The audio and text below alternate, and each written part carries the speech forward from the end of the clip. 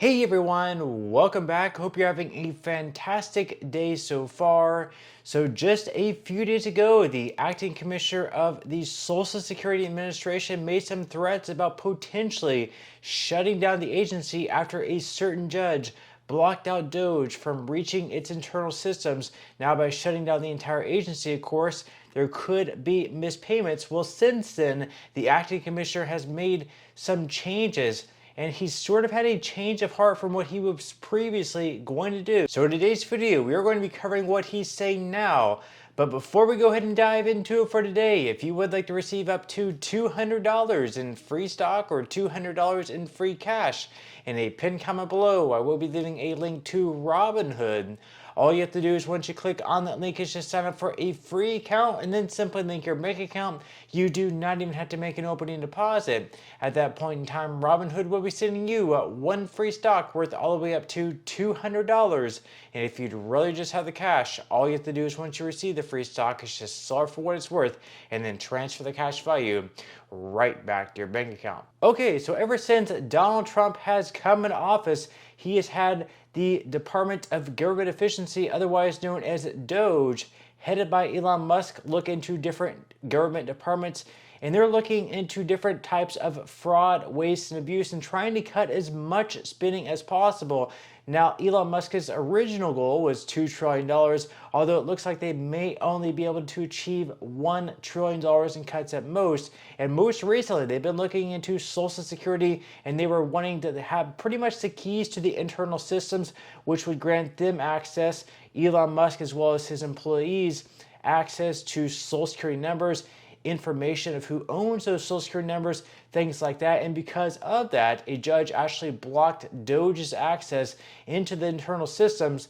Now, the current administrator of the Social Security Administration, pretty much the acting commissioner of the Social Security Administration, was very upset by that because he's more on, I guess, Donald Trump's side of things, and he doesn't see DOGE's access to these systems as a threat. Well, because of that, he actually threatened to shut down the entire agency and make it so none of the current employees at the Social Security Administration could even access those systems, including the payment systems, which of course, if that happened, it could threaten the payments to go out on time. There may not be any payments going on in April, for example, or there could be a delay in the payments being sent out.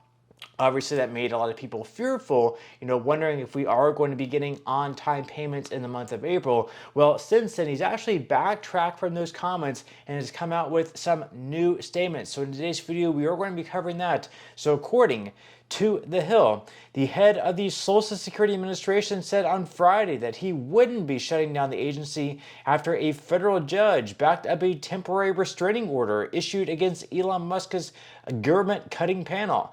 SSA chief Leland Duck, a Trump appointee responsible for implementing cuts from the Department of Government Efficiency, said Friday that the court had clarified its position on its restraining order and that the agency would continue working. He said, quote, "I am not shutting down the agency.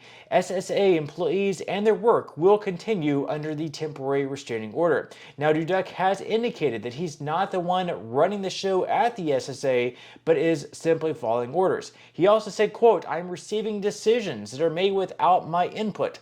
I have to effectuate those decisions." That is what he said in notes on a meeting he took with legal aid attorneys, as reported by the Washington Post earlier on in March. Now, Dudek also described the DOGE team as calling the shots at Social Security as, quote, "outsiders who are unfamiliar with nuances of SSA programs," but said he and his colleagues have to let them see what is going on at SSA, according to the meeting notes that were obtained by the Post. Now, on Thursday, U.S. District Judge Ellen Lipton Hollander issued an opinion that said the DOGE panel was engaged in a fishing expedition at the SSA, and they haven't provided even a single reason that the panel would need access to the trove of personal taxpayer data to which they have sought access. She said, quote, "Defendants with so-called experts on the DOGE team never identified or articulated even a single reason for which the DOGE team needs unlimited access to SSA's entire record systems, thereby exposing personal, confidential, sensitive, and private information that millions of Americans entrusted to their government," the judge wrote. So basically, simply because DOGE, Elon Musk, they have not really made it obvious that there is clearly something going on within Social Security, that there's this massive amount of fraud, that they haven't made it, extremely apparent. They haven't provided enough evidence that there is fraud going on within Social Security. Because of that, the judge believes they should not have access. Leave your thoughts in the comments below, though. Do you think that DOGE should have access? Do you trust Elon Musk? Do you trust DOGE looking into that private information to see if there is some type of fraud going on? Leave your thoughts in comments below. Now, of course, even though it is very good news that they are no longer going to be shutting down the entire agency and payments should continue to go out on time in the month of April, as well as the months ahead, there is a little bit of bad news as well, which could be concerning for a lot of people, especially in rural areas that want to make certain changes to their Social Security, like their bank account information, like if they want to change banks, or if there was fraud that took place within their checking account and they had to switch to a different account number. It's going to be much more difficult for them, especially if they don't like to do things online. So according to AP News, new Social Security requirements pose barriers to rural communities without internet transportation. So Veronica Taylor doesn't know how to turn on a computer, let alone use the internet. The 73-year-old can't drive and is mostly housebound in her mountainous and remote West Virginia community, where a simple trip to the grocery store can take an hour by car. New requirements that Social Security recipients access key benefits online or in person at a field office rather than on the phone would be nearly impossible to meet without help. Now, the requirements set to go into effect on March 31st are intended to streamline the process and combat widespread fraud within the system, according to President Donald Trump and officials in his administration. And they say that's why it's vital for people to verify their identity online or in person when signing up for benefits or making a change, like where the money is deposited. So before, whenever you were signing up for Social Security or making a change to your bank account, this is something you could do actually over the phone. But they are saying now that because all of this fraud was taking place, that, for example, someone who was not qualified for Social Security benefits, they could call into Social Security, and if they knew your Social Security number, they could actually give the Social Security number of you, your name, and they could switch to a bank account that they owned. That way, that person started receiving Social Security benefits even though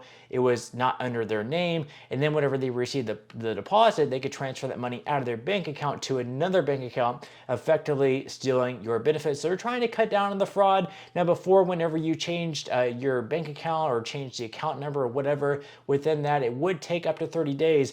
Now online, they're saying it only takes 1 day, so they are streamlining the process. However, for those that now have to drive to an office, it could be meaning, driving 3 or 4 hours. And for someone who doesn't really have a reliable transportation, it can be very, very hard for them.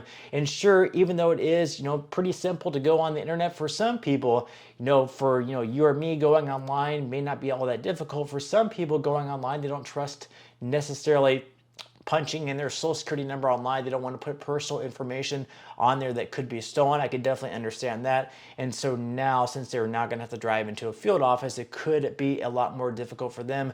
But leave your thoughts and comments below on that. Do you think that's a good thing? Do you think that's a good change? Do you think that's a bad change? Leave your thoughts and comments below. But that's all we have for today's video, and I will see you in the next one.